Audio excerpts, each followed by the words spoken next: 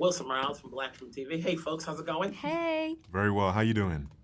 Good. You know, when I first saw the trailer, I said, this could be a movie that I've seen before, but it's not. You know, they did you justice by giving you a lot more layers to do. What was the appealing aspect of the script that each of you said, yes, I can do this? Aaron? Oh, I mean, for me, I can't say that my first response was, I can do this. But my first response was, I'm going to give everything to try and do this. And, you know, in my journey today, I've been very fortunate to work with tremendous, phenomenal writer-directors. You know, Barry Jenkins, Garth Davis, Clement Virgo, and of course, Jeremy Saulnier, who is, in my view, one of our greatest filmmakers alive today. So I think I really have to give my gratitude and my appreciation to Jeremy, because when you are in the process of creating something, having the individual who birthed the entire concept and wrote every nuance and beat of this script there and present to tell you when you get it right, when you get it true, and when you also hit a bum note is a priceless experience and opportunity. So he really guided me. He really poured into me and helped me create this Terry Richmond that I just deeply love and celebrate, you know. And I was also very grateful and privileged to have just tremendous collaborators who do everything in their power to serve the scene. I think that's what all of our intention was, first and foremost, to serve the scene. It's not about me or you or any one individual. It's about us collectively, and the scene is what serves the stories of each character collectively. So just to have the collaborators that I was blessed to have was a tremendous honor to learn from and to engage with, you know? Sophia, you're not playing the damsel in distress. You know, we like to think that these movies have that type of role, but it's not. You know, what led you say, okay, I can take on this role because it's not what it seems? I think similarly to what Aaron has said, I also feel tremendously honored to have worked with Aaron and shared all of my scenes with you, basically, and James Cromwell, which is so cool. Hey, Big James. And yeah, I think that safety that we had on set, and there were so many nuances to each character and to each scene, and that is why I wanted to be part of this story. I had been waiting to tell a story like this. I didn't know how much I needed it. And like you said, this damsel in distress, I think you see, it's an action film, but it's a Jeremy Saulnier film. Like, you don't know what's gonna happen. You don't know who's gonna do what and when. And Summer is this very unassuming at first young woman. And as the film continues, these layers are pulled back of her life, and she has to face, is she going to continue just taking care of her own self, her own life, her own future?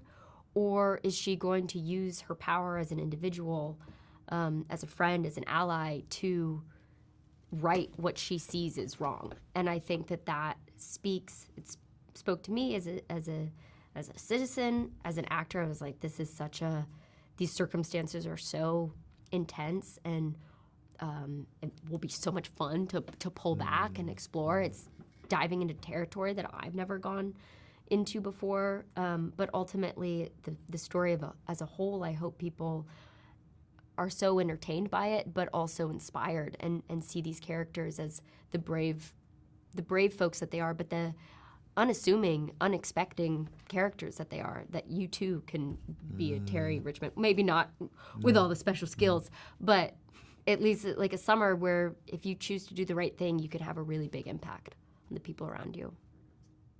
I think audiences will be surprised by the way it plays out, not what it is. So I want to say congrats on the rose. Let's see more of you down the road in different projects. I'll talk to you later on. Take care. Thank you.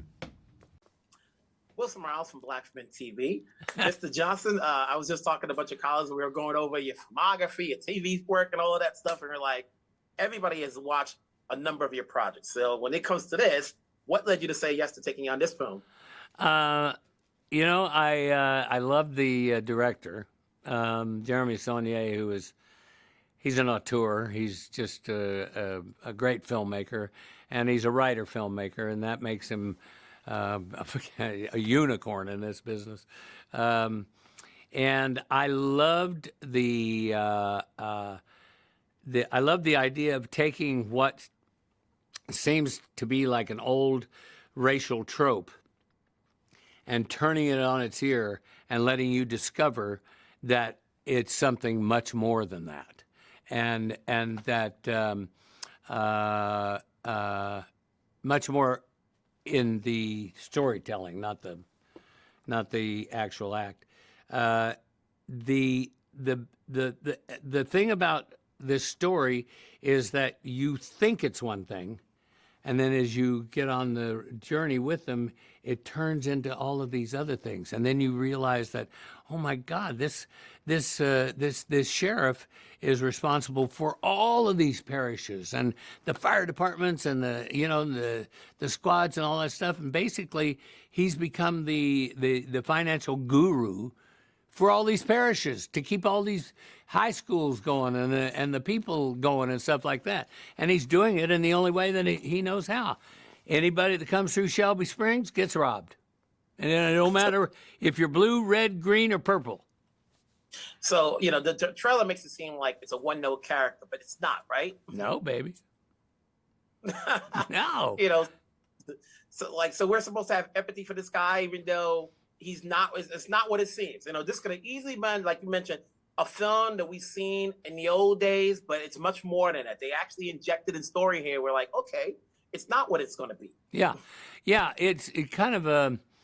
I think people that tune in to watch it for that purpose are going to be pleasantly surprised that we've taken something that normally I wouldn't touch because I clearly, but I found the cleverness in being able to use something like that to show people, oh, kind of caught you.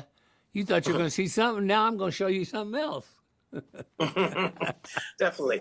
Here's the thing. So, like, as I was saying earlier, we were talking about you. Come September 16th will be 40 years from when Miami Vice came on. You know, and you've done a lot of work. And so when you're working with Aaron in this particular movie, and he's now starting up. He's had a few projects, not as many as you. What can you say is the lasting power to staying in this game and still being relevant? Be good, man.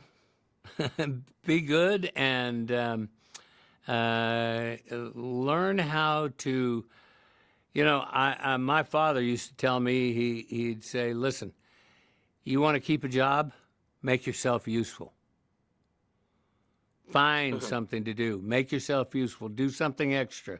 And so my whole career, I've just found a way to make myself useful.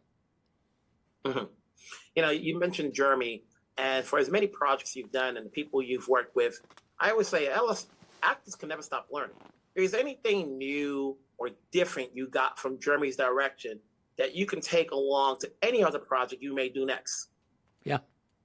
It's a fantastic thing. It's an interesting thing. Somebody mentioned earlier that, directors don't get to go on other directors' set and watch how they work.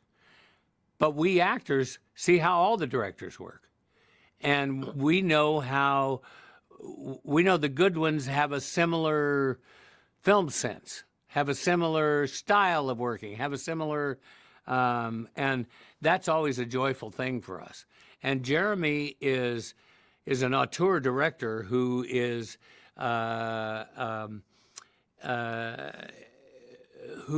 also learning the value of using the experience and talent of collaborating with the actors who've been doing this a time or two. Mr. Jonathan, it's been a pleasure to speak with you. Obviously, let's hope we can see you more projects so that we can continue a conversation wherever you're at. I Take hope care, so. stay safe.